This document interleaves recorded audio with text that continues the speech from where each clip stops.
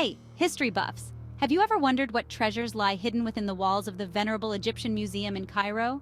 Well, you're in for a treat, because today I'm taking you on a whirlwind tour of this iconic institution, a repository of some of the world's most astounding ancient artifacts. Ready to step back in time? Let's dive in. First up, imagine walking through the grand entrance of the Egyptian Museum, where over 120,000 items from Egypt's dazzling past await your gaze. Yes, you heard that right. 120,000 relics. The sheer scale of history is almost overwhelming, isn't it? One of the crown jewels of the museum is the treasure of Tutankhamun. Discovered in 1922 by Howard Carter, this collection is nothing short of spectacular.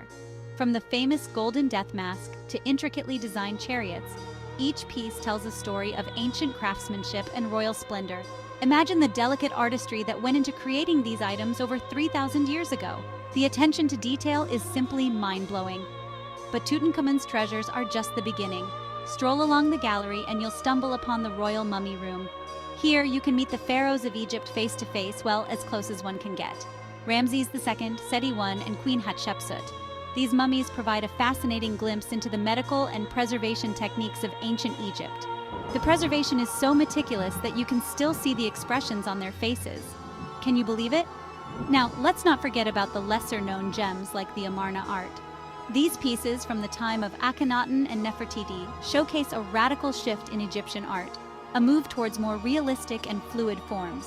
It's a dramatic departure from the rigid and formal styles typical of ancient Egyptian art.